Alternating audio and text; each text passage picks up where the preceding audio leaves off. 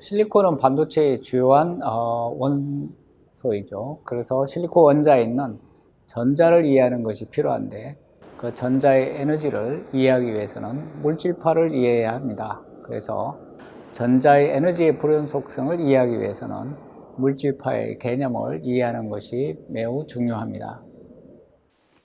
네, 안녕하세요, 여러분. 20차 슈레딩거 파동방정식을 이해하는 시간이 되겠습니다. 슈레딩거 파동방정식은 전자를 이해하려면 꼭 알아야 될 부분입니다. 그래서 첫 번째로 전자의 에너지의 불연 속성을 파동의 관점에서 다시 한번 살펴보기로 하겠습니다. 지난번에 전자의 에너지가 연속적이지 않고 불연속적이다 하는 것을 선 스펙트럼을 통해서 우리가 이해를 했었습니다. 선 스펙트럼을 보면 전자의 에너지는 연속적이지 않고 불연속적이다 하는 걸 알 수가 있습니다. 지난번에 본 선 스펙트럼입니다. 수소 원자의 선 스펙트럼은 원자 내부의 전자의 에너지가 연속적이지 않고 여기에 나와 있는 선 스펙트럼처럼 띄엄띄엄 있다는 것입니다. 이것을 설명하기 위해서 보어하는 가설을 하나 세웠는데, 원자 속의 전자는 각 운동량이 아무 값이나 가질 수 있는 게 아니고, 이 H는 플랑크 상수입니다. 상수를 2파이로 나눈 값, 2파이분의 H의 정수배인 궤도만이 안정되다는 가설을 세웠고, 여기서 출발하면 이러한 선 스펙트럼을 잘 설명할 수가 있었습니다. 그런데 각 운동량은 어떻게 2파이분의 H의 정수배를 가지게 될까요? 거기에 대한 답도 필요합니다. 그래서 원자 내부 전자 에너지를 파동의 관점에서 볼 필요가 있습니다. 보호의 가설에서 원자 내에 있는 전자가 가지는 에너지에 대해서 계산을 했고, 빛은 전자가 높은 에너지에서 낮은 에너지로 움직일 때 생기는 그 차이, 에너지가 빛으로 나오는 것입니다. 그래서 이 빛의 파동 그리고 빛의 에너지는 이 에너지 차이가 바뀐 것이기 때문에 에너지 차이를 계산하면 되는데, 보호의 가설에서 그림과 같이 En2-En1 두 에너지의 차이죠. 이것이 N은 제곱분의 1 마이너스 N2 제곱분의 1, 어떤 정수의 차이로서 주어진다는 것이죠. 정수 제곱분의 1의 차이. 그래서 이것이 연속적이지 않고 불연속적이고, 이 식이 실험 결과를 잘 설명하고 있습니다. 그래서 이러한 에너지의 불연속은 전자가 파동이라고 하면 비교적 쉽게 이해할 수가 있습니다.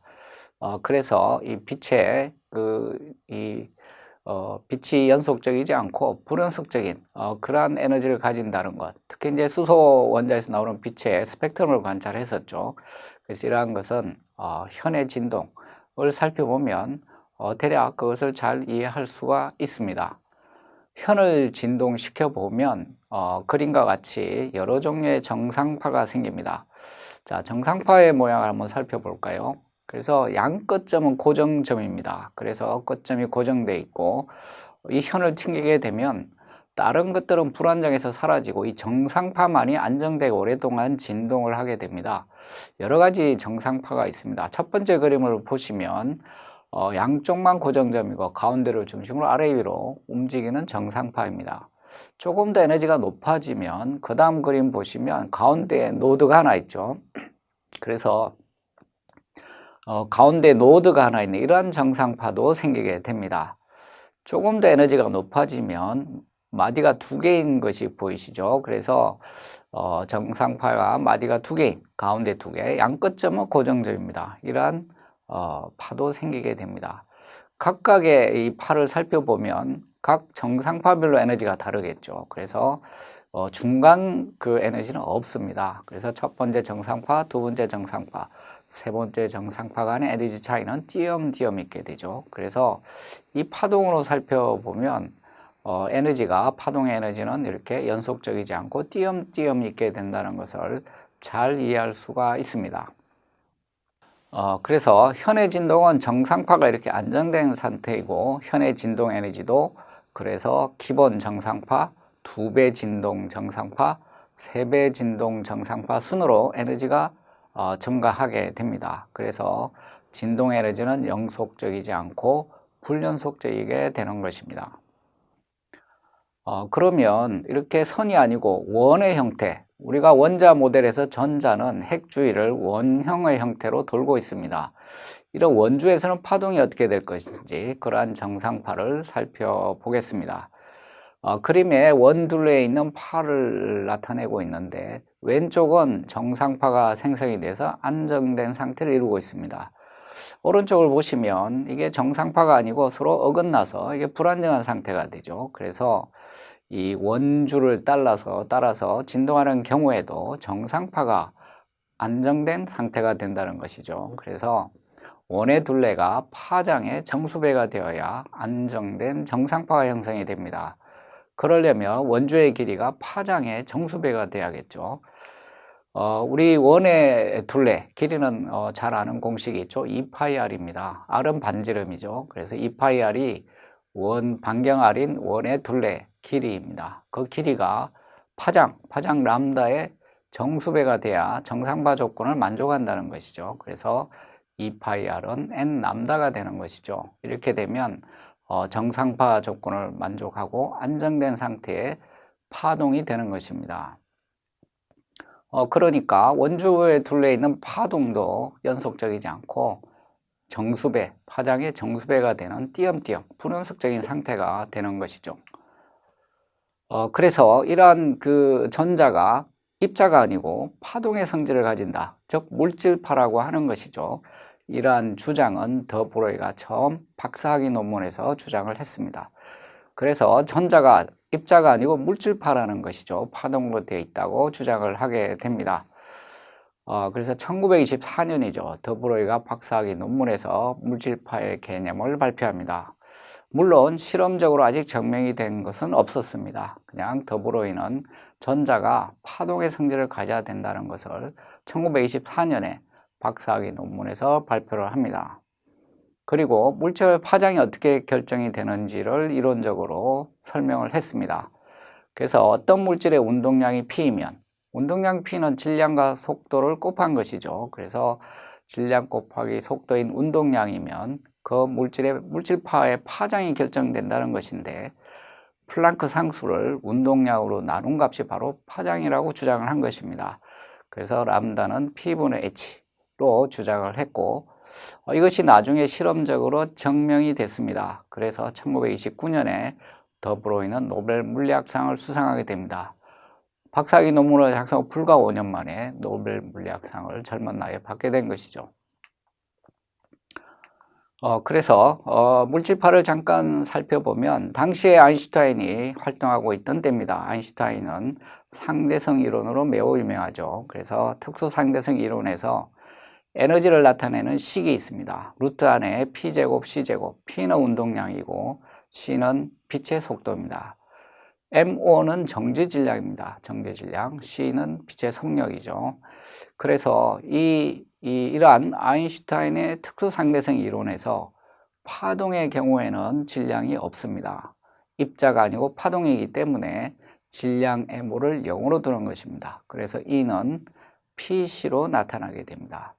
즉 입자가 아니고 파동으로 봤기 때문에 정지 질량 MO는 0으로 되는 것이고 아인슈타인의 특수 상대성 이론에 의해서 E는 PC가 되는 겁니다. P는 운동량이죠. 질량과 속도를 곱한 값이고요. C는 빛의 속력입니다. 그 다음에 아인슈타인은 광량자설로 노벨상을 받았습니다. 광량자설은 빛이 파동이 아니라 입자의 성질도 가지고 있다. 이런 주장이죠. 그래서 이 광량자설에서 빛은 입자인데 그 입자의 에너지는 hν로 주어진다는 것입니다. h는 플랑크 상수고 ν 빛의 진동수입니다. 빛의 진동수 N이면 그 파장은 어떻게 주어질까요? 그래서 속력 V라는 것은 1초에 가는 빛의 거리죠. 그것을 파장으로 나누면 진동수가 됩니다. 1초 동안에 가는 속력 V 안에 파장이 몇 개 들어가는지를 보면 진동수를 알 수 있다는 것이죠. 그래서 진동수 N은 속력을 파장으로 나눈 람다분의 V인데 빛의 속력은 C죠. 그래서 빛의 속력을 빛의 파장으로 나누면 빛의 진동수가 됩니다. 특수상대성 이론에서 E는 PC하고 광량자설에서 빛의 에너지 람다분의 HC를 같다고 두면 람다는 P분의 H가 얻어집니다. 바로 더 브로이가 주장한 물질파의 파장이죠. 그래서 더 브로이는 람다는 P분의 H로 주어진다고 주장을 했고, 이것이 나중에 실험적으로 증명이 돼서 노벨 물리학상을 받게 된 것입니다. 실험적으로 증명한 사람도 나중에 노벨상을 받았습니다. 그래서 데이비슨과 전무의 전자의 파동성을 증명하는 실험 논문입니다. 1928년에 게재된 논문이죠. 그래서 일렉트론을 니켈의 결정에 반사시켜서 회절 패턴을 관찰한 것입니다. 이 회절은 파동의 특징이죠. 파동의 특징. 그래서 이것을 관찰함으로써 전자는 파동의 성질을 가진다는 것을 증명한 것입니다. 당시 논문에 나와 있는 그림입니다. 니켈의 결정이죠. 니켈의 결정. 니켈 원자들이 일정한 간격으로 규칙적으로 늘어서 있습니다. 여기에 전자가 들어가서 반사가 될 때 전자가 파동이라면 여기서 회절 현상이 관찰되게 되고요. 그 회절 각도는 빛의 파장에 따라서 전자의 파장에 따라서 달라지게 될 텐데 그래서 그것을 관찰해 보면 이것이 파동의 성질을 가지고 있는지 아닌지를 알 수가 있는 것입니다. 그냥 입자라면 거울면 반사처럼 파장과 관계없이 일정하게 입사각과 반사각이 같다는 반사의 법칙에 따라서 반사가 되겠죠. 근데 파동이라면 여기에 간섭무늬가 생기게 됩니다. 이것이 당시 논문에 나와 있는 회절 실험 결과입니다.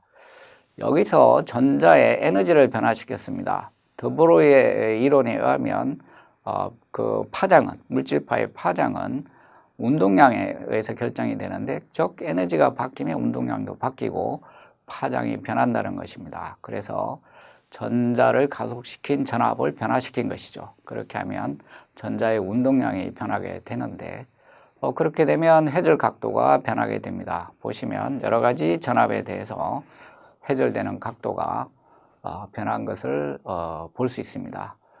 전자가 많이 관찰되는 곳이 보이시죠? 그 각도가 가속되는 전압에 따라서 변하고 있어서 바로 이것이 전자가 파동의 성질을 가지고 있다는 것을 나타내는 것입니다. 그래서 이 회절된 각도를 가지고 파장을 역으로 계산할 수가 있습니다. 그것은 니켈 원자의 그 거리를 알고 있기 때문에 역으로 계산할 수가 있는 것이죠. 그래서 이 논문에서 더보로이가 주장한 대로 계산한 파장하고 실험적으로 측정이 된 값에서 계산된 파장하고 비교를 한 것입니다.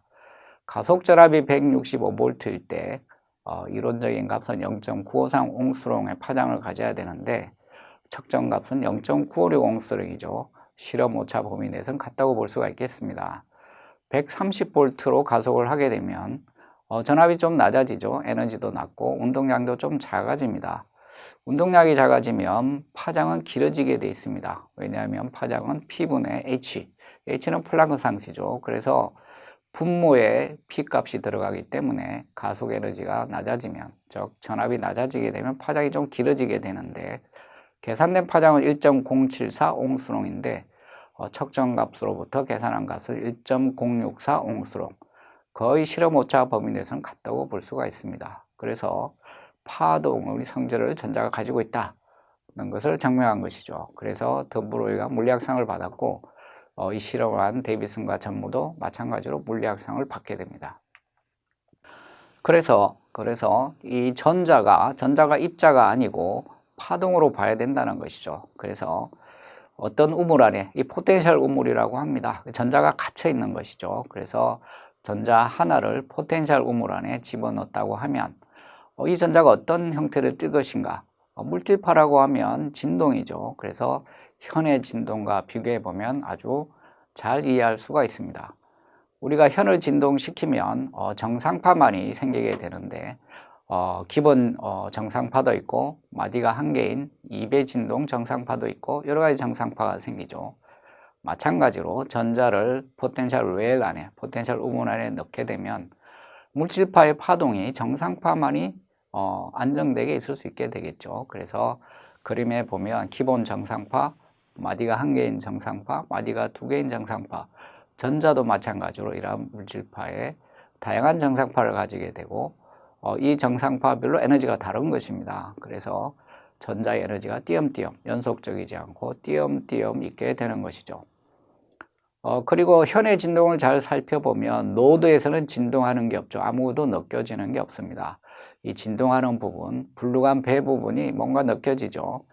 그래서 이 물질파의 파동함수의 제곱을 바로 전자가 발견될 확률로 봅니다. 그래서 지금 전자의 진동, 파동함수가 있죠. 그것을 제곱한 것이 바로 전자가 발견될 확률입니다.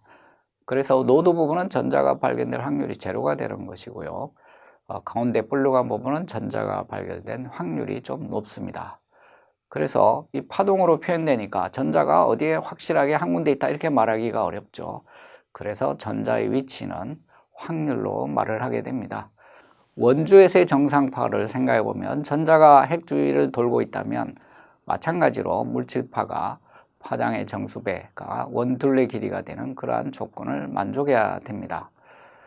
그래서 원주의 길이는 2파이r이죠. r은 반경입니다. 그것이 물질파의 파장 람다의 정수배가 돼야만 안정된 상태가 된다는 것입니다. 물질파의 파장은 더 브로이가 계산적으로 잘 나타냈습니다. P분의 H였죠. 그래서 람다 대신에 P분의 H를 대입하면 N 그 다음에 P분의 H 두 개를 곱한 값인데 P는 운동량입니다.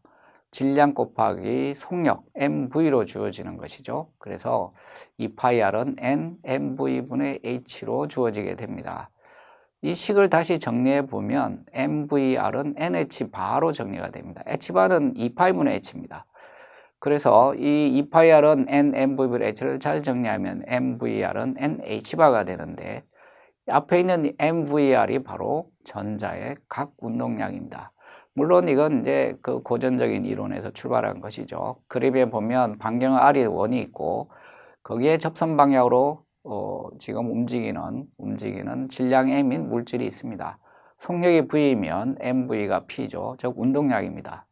이 운동량하고 거리 R, 지금 각도가 90도죠. 그럴 경우에는 각 운동량은 바로 거리 R하고 운동량을 곱한 값으로 바로 주어집니다. 각도가 90도이기 때문에. 그래서 MV하고 R을 곱한 값이 바로 각 운동량이 됩니다. 그 각 운동량이 H바의 정수배로 주어지는 것이죠. 이것이 바로 보호의 가설과 동일하다는 것을 알 수가 있습니다. 보호는 이런 것 없이 그냥 가설을 세웠는데 전자의 각 운동량은 H바의 정수배가 돼야 된다고 주장을 했었는데 이 물질파를 가지고 정상파를 가지고 설명을 하면 결국은 이 각 운동량 MVR이 H바의 정수배가 돼야 된다는 결론에 도달하게 돼서 보호의 가설이 성립하는 것을 알 수가 있습니다. 네, 그래서 보호의 가설이 이 전자의 에너지가 띄엄띄엄 있다는 것을 잘 설명할 수가 있었지만 보호의 가설이 왜 성립하는지를 잘 몰랐었죠. 그런 면에서 더 브로이가 물질파를 주장한 것은 대단한 일이라고 할 수가 있습니다. 전자의 움직임을 살펴보면 원자의 모델에서 전자는 핵주위를 도는 입자처럼 생각을 했는데 그러한 전자가 입자가 아니고 파동이라고 함으로써 모든 것들이 잘 설명이 됐던 것이죠.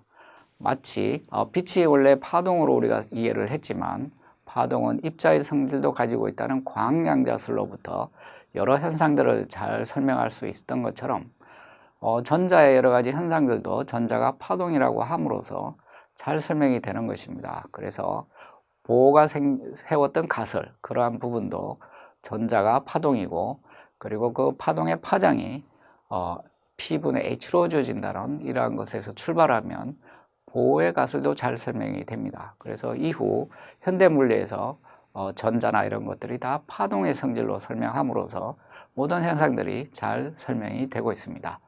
네, 여러분 수고하셨습니다.